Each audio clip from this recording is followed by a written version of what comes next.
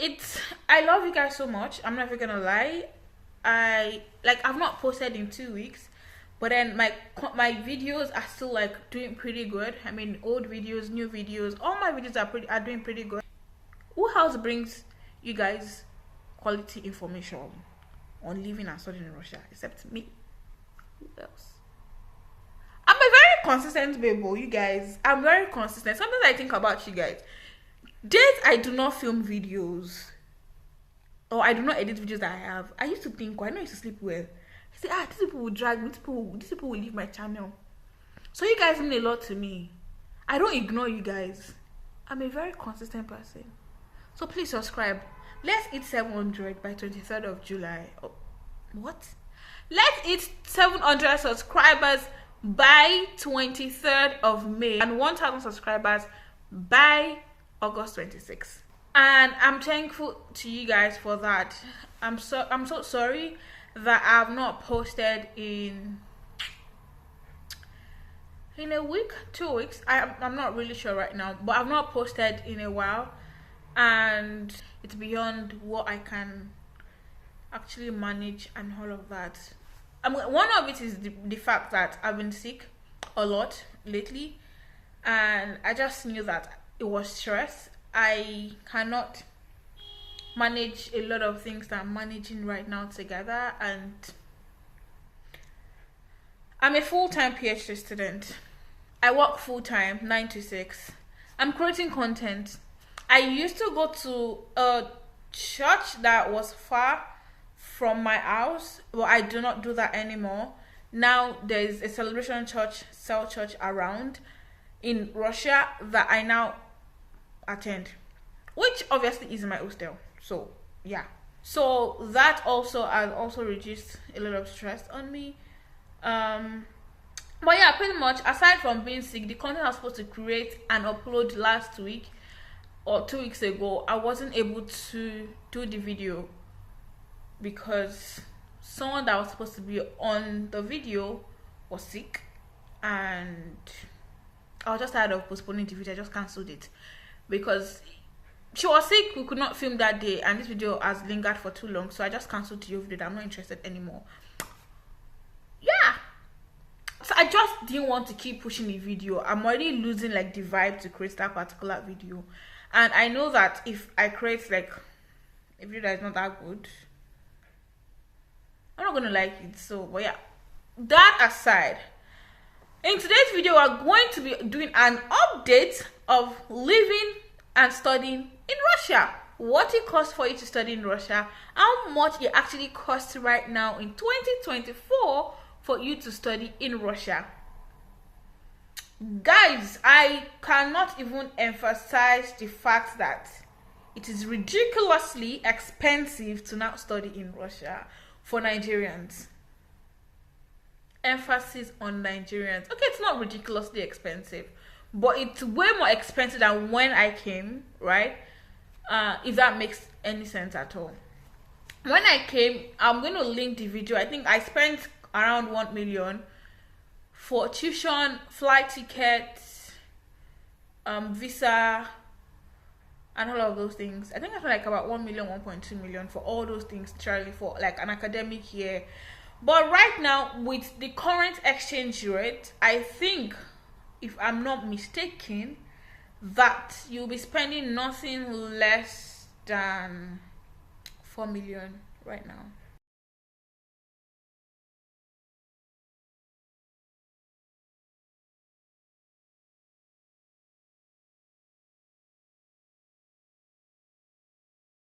Hey guys, welcome guys, welcome back to my YouTube channel. My name is Funto. I'm a Nigerian living and studying in Moscow, Russia.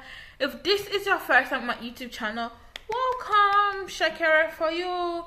If you're a returning subscriber, jingle bell for you. Anyways, let's get started. Let's get into the video, okay? So the first one I'm going to be addressing is the fact that I'm going to categorize this video into 2 different parts. And that was the same thing I did in my previous video that I'm going to link somewhere in this video at the end of the day. Studying in Russia, especially if you're going to be studying in higher school of economics, you are not going to be spending the same amount of money. It's not going to cost you the same amount of money to spend in an academic year.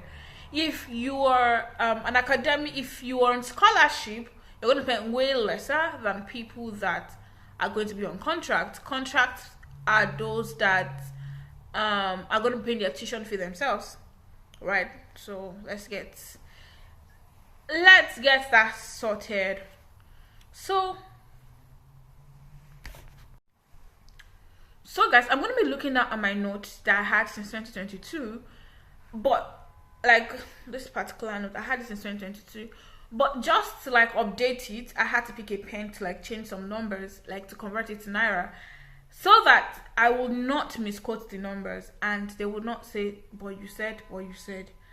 But one thing I would want you guys to know is that as an international student studying in Russia, cost of living would differ. It would be different from what I would spend. It would be different from what my friend would spend, because our lifestyles are different, right? I can survive on 30k per month. You might not be able to survive on 30k per month. I can survive on 20k per month. You cannot be able to survive on 20k per month, which makes it different. But then again, it is now very different when you are a student at higher school of economics, because what people on scholarship would spend in a month will be different from what you are on contract will spend in a month. In a month, as a scholarship student, I can spend 20k in a month. When I pay rent, I pay for transport, I buy groceries for the month. And sometimes I spend up to that if I go to the African market to get stuff at the African market. And what else do I do? So I've made like a constant effort to always put money in my Wildberries pocket, in my Wildberries wallet. That's my shopping. That's the shopping app I use most times because it's very affordable. I put like 5,000 rubles there to be able to get things I want for a particular month. So that also what I'm saying. So 20k would be enough for me for a month, right? And most times transport takes a huge part of my money because of where I work. Then for people that are on contract, you would be spending maybe like ×2 of what I'm spending, right? Not necessarily ×2, maybe like ×1.5 of what I'm spending. And you would be spending like 30k to 40k per month. That is if you are going to be staying in the student housing center provided by the university. But then if you want to say, if you decide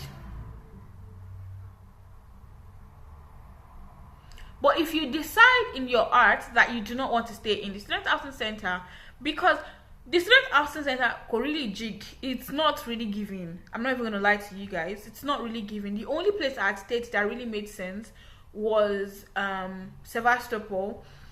It was also part of like the student housing centers that like student accommodation that the university provided, but then it's quite expensive than the student housing center. Student housing center like right now would probably be like around 13,000 rubles, but when I was there, it was like 10,000 rubles.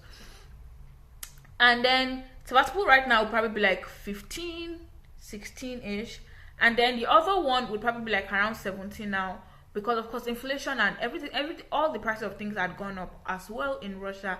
Also consider the fact that we are still under sanction. So that is that. And then if you decide that you do not want to stay in the student housing center, that you want to get your own apartment, you'll be spending way more than that, because you get an apartment of 30,000 rubles a month, which is equivalent to 775,000 naira a month. Whew, that's a lot of money. But it's because of the naira devaluation that is happening around the world. But yeah, but that's a lot of money right now compared to when I was doing my masters. I was paying like 175 a month. So you can see that the distance is now the gap. I don't know, what am I saying? So if you're going to be renting an apartment, that is when you'll be paying 775,000 rubles naira a month. But if you're going to be staying in the student housing center, you're going to be paying like an approximate of 465,000 naira a month, which is still a lot. But this is just preparing you that things have changed compared to my last video. That is why I'm doing like an update.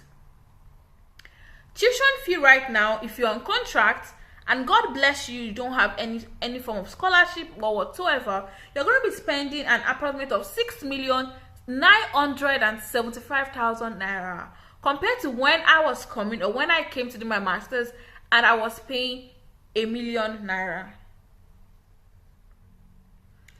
So we've sorted out cost, like accommodation, right? Then the next thing I would also talk about is feeding. Feeding depends on you, depends on what you want to eat, depends on how you buy your things.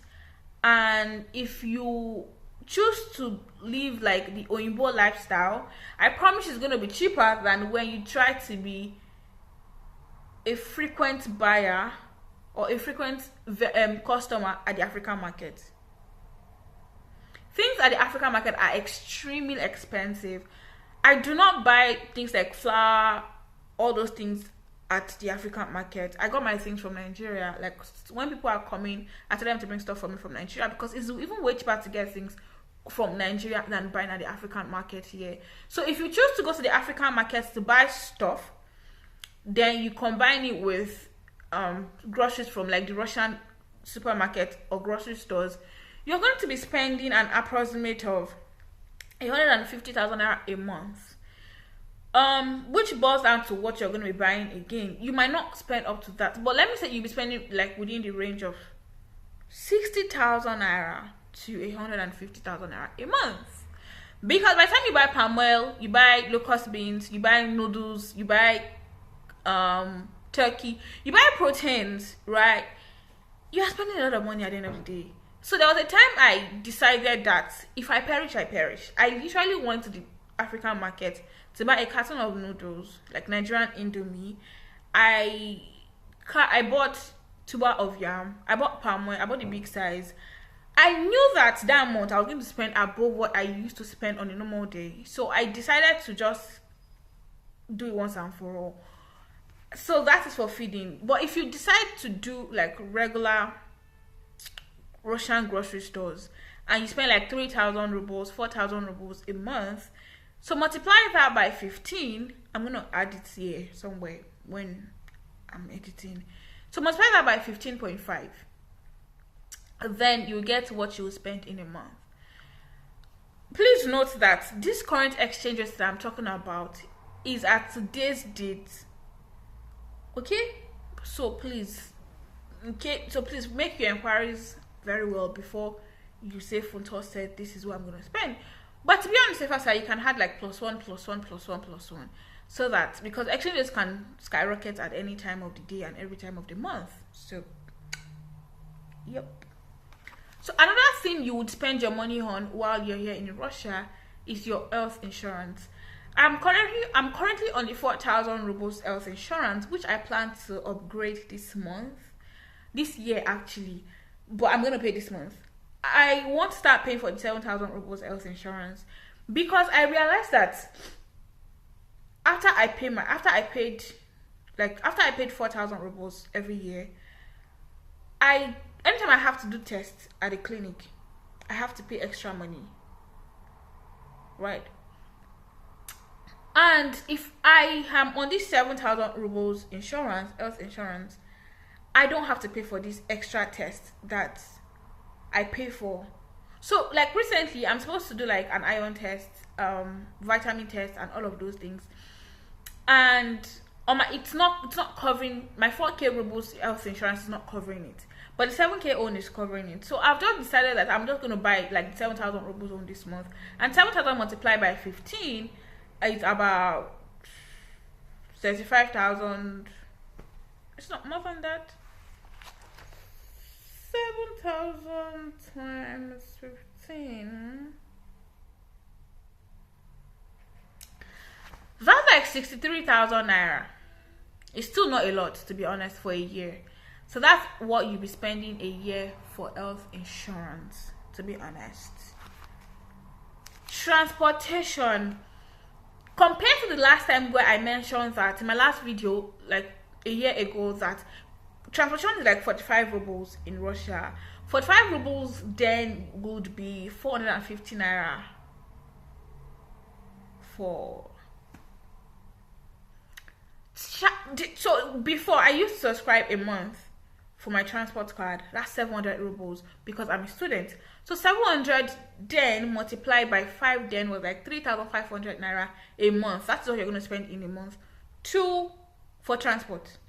But right now, if you have your student card, you're going to be paying, I don't know how much it is now because I'm not even using student card. I should go and get my student card. But I don't know if student card tariff had also gone up just like every other tariff. But if you're a prep year student that you will not have access to student card, prep year students, you're using the normal tracker card, and tracker card, you would buy transport, you would load your card for around 2,000 rubles a month. And 2,000 rubles right now would be like 30,000 naira a month, right? Yeah, 30,000 naira a month actually. So 30,000 naira a month for transport. So for phone bills and internet, I paid 700 rubles a month. Sure, I'll be putting like the exchange rate, the equivalent in bracket. So I paid 700 rubles a month, and that would last me a month. Sometimes it expires. These days it's been expiring because now I live in a place where the internet is good, like the Wi-Fi is very good. So I do not have to use like my personal internet on a regular basis. But the reason why I still have to like recharge is because sometimes I have to make a call. Sometimes I'm in transit and the Wi-Fi on the train is probably slow or it refuses to connect to my phone, so I will need internet. So that is why I buy like internet at the end of the day. So visa and registration has not changed, but obviously the equivalent in naira has changed. So medical examination and fingerprinting, you do fingerprinting just once, but you do your medicals every year, except you have a temporary residency or you have a permanent residency. And that's something I actually would probably talk about in another video, like getting your permanent residency and temporary residency. But right now, if you are just coming to Russia for the first time, you have to do your medicals, and you have to like within 90 days. I'm not pretty sure, but I think that's the like timeline. I think 30 days or 90 days. I'm not really sure, but I'm going to confirm and put like the right time frame during editing. So that's what you would do.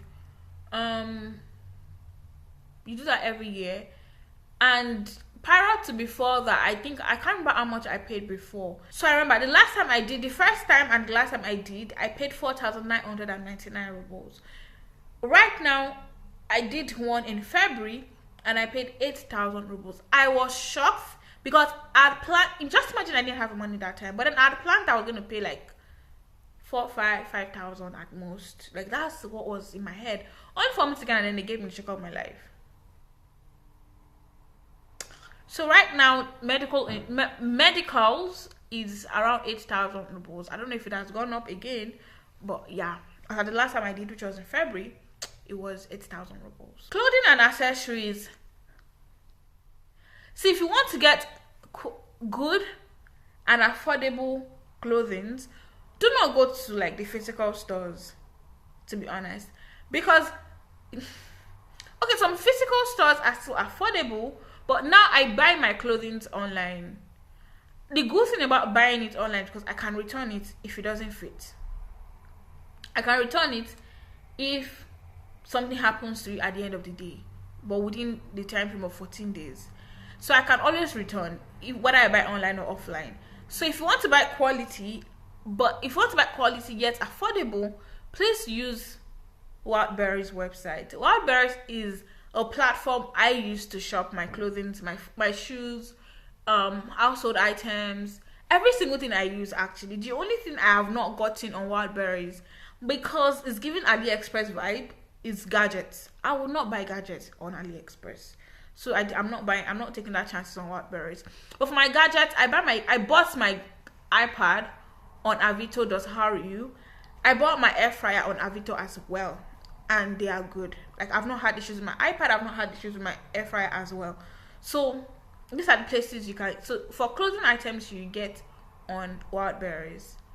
But for gadgets, you get on Avito. But then you have to be very careful. Be very careful, okay? Because even here, they used to grab people, but not as bad as Nigeria, obviously. So I don't know, but I think that's pretty much it, because I just want these videos to be very short as well, so it's not like long and then everybody's like, so what are you saying? So we spoke about cost of living generally, we spoke about housing and accommodation, we spoke about medicals, we spoke about visas and registration, we spoke about fingerprint and health insurance, we spoke about shopping for your clothes as well. So please do let me know if this updated video is useful for you as well, and drop in the comment section what you think. Please do not forget to like, do not forget to share, do not forget to turn on your post notification bell to get notified every single time and anytime I post a new video. And I remain your girl. Alright, bye guys.